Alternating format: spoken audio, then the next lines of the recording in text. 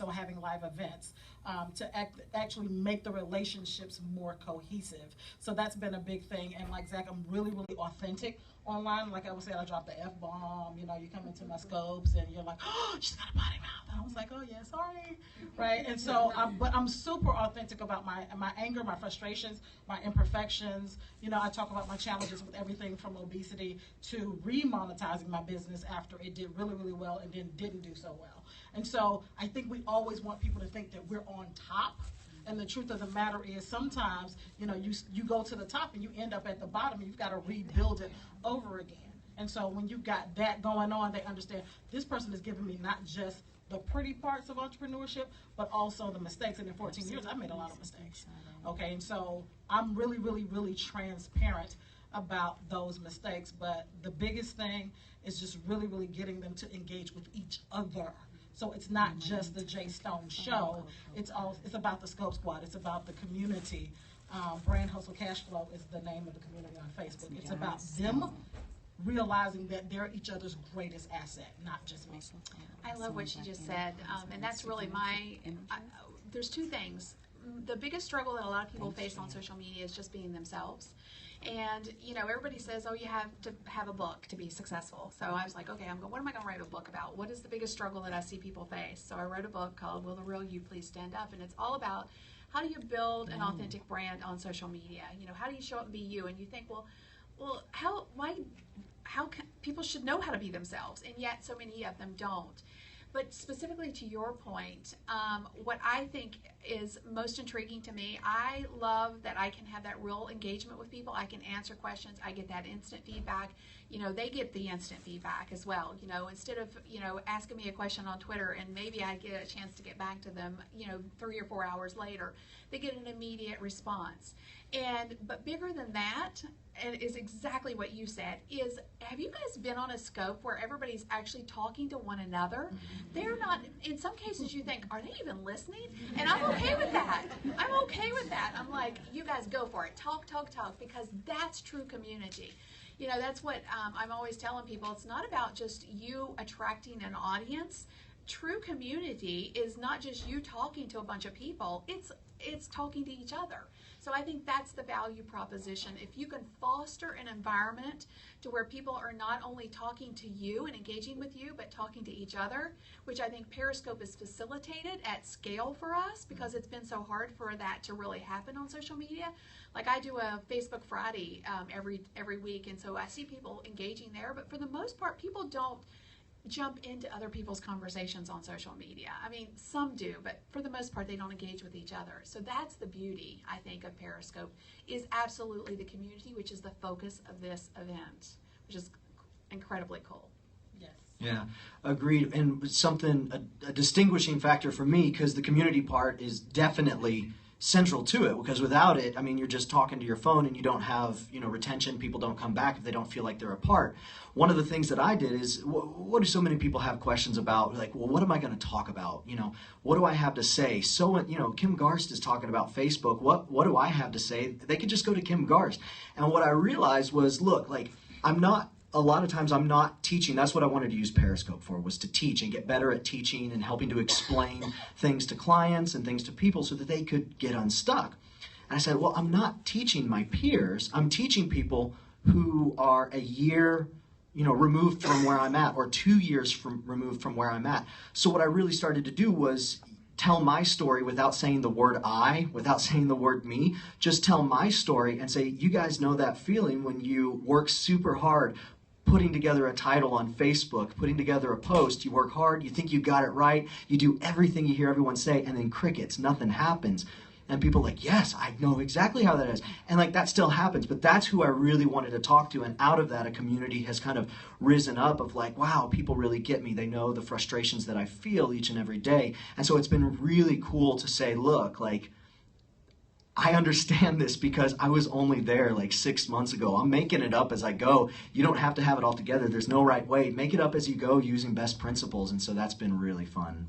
I think any entrepreneur, frankly, you know, we fail every day. I mean, nobody's perfect. And owning those failures and letting people know it's okay to fail, you really only truly fail when you give up or you quit. So, being transparent, like I was real transparent out the gate was, dude, I mean, guys, I don't know, I'm new like you guys.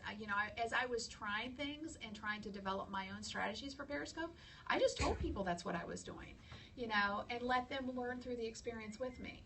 Because it truly is an experience. Periscope is an experience. People come on you. It's not just about, sharing. It absolutely is about value.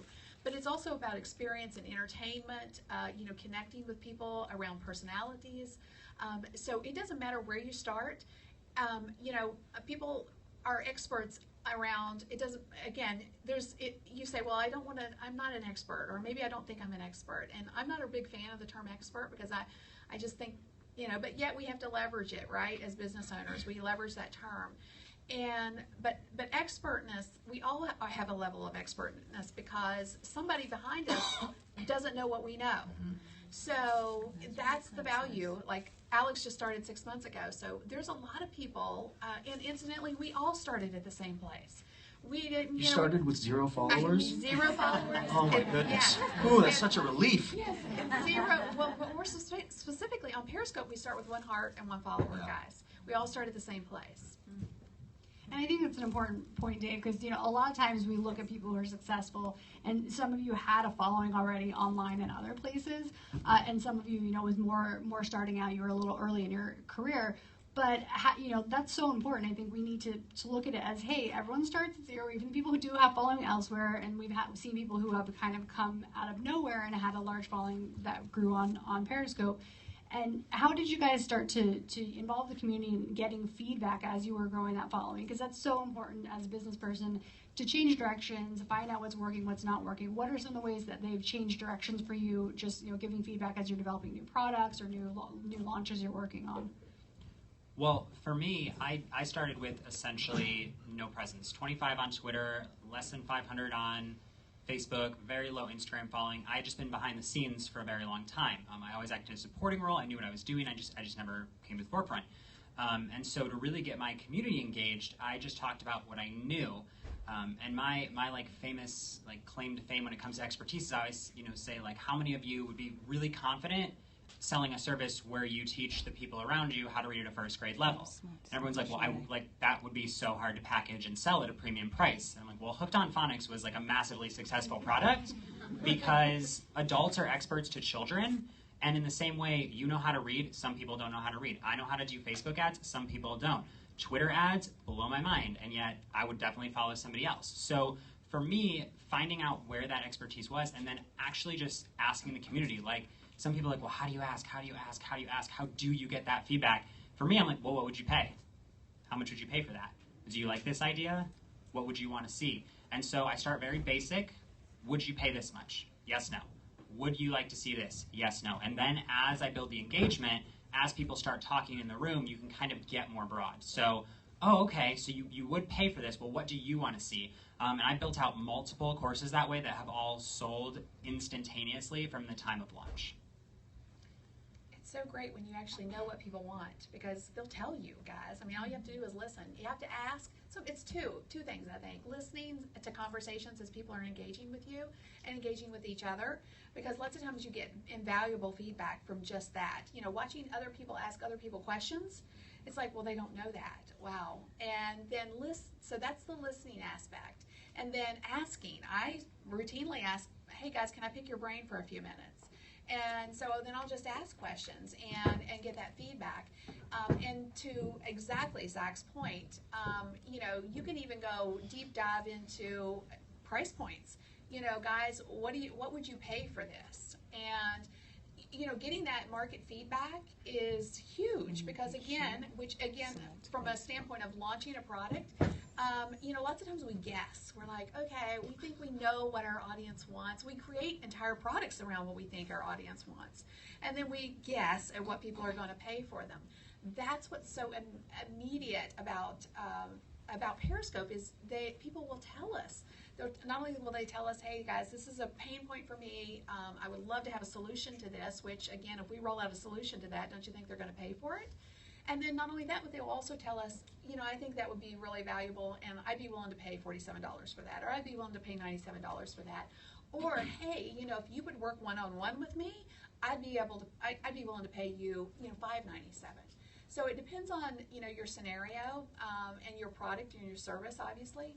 But the listening and the asking is incredibly important.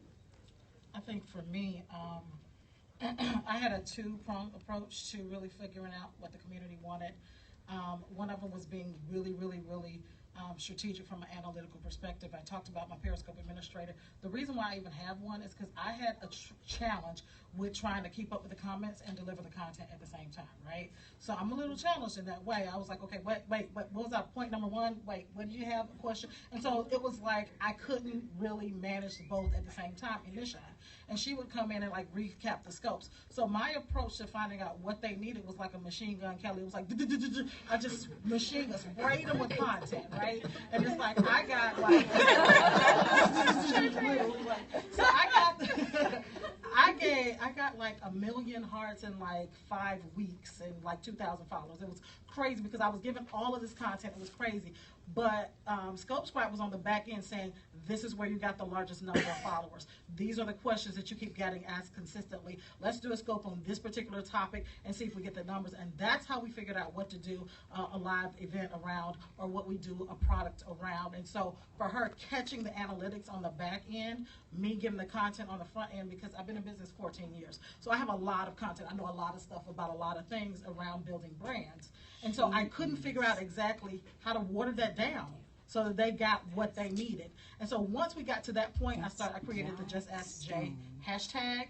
And now when they have questions, they'll tweet it to me. And so now they're more engaged because now they know they're going to get real answers to real questions. That's one of the mistakes I think people make, is they give generalized answers, right, instead of specific answers. You just said something that's really valuable, and I just want to highlight it, is those questions, guys, are scope titles. Mm-hmm.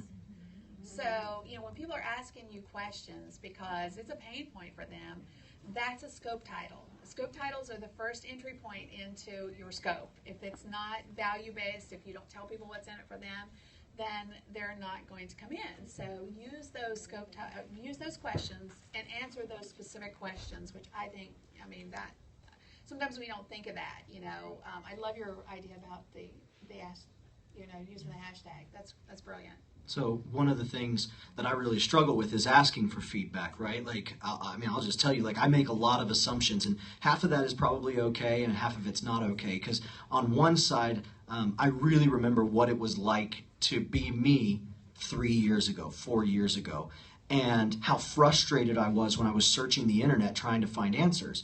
And so I really try to go back to that place and just think, like, what is it that frustrated me? Because somebody right now is frustrated by this exact same thing. So, like, the answers are already within you based upon what you've searched for in the past, based upon what you've looked at. I'm bad at asking for feedback, but one of the reasons why is because I don't have time. Everyone's like, I go back through my scopes and I look at all the questions. I'm like, oh my goodness, there's no way I'm going to have time to do that. And you just brought up an incredible point. If you think that you can do it all on your own, like, you're kind of fooling yourself, because for you to take an hour and a half to go back and watch your scopes when you could pay somebody 10, 15, 17 bucks an hour, yes, you might not have that money, but it's what you call an investment. And by virtue of the title, like, you are making an investment financially and helping somebody curate all that stuff for you, so that you can reap the rewards later. And rather than curating all the questions, you develop the answers for the questions. Let somebody else curate them. You develop the answers and build the content. Well, and to that point, I know that a big struggle, because I do work with a lot of starting entrepreneurs, is that they don't want to invest that money. Yeah. And so I tell people, like, the exact same thing, like, suck it up, Buttercup. It's not sorry. But at the flip side, there are things you can do. So for me, I identify key players inside of my course and inside of my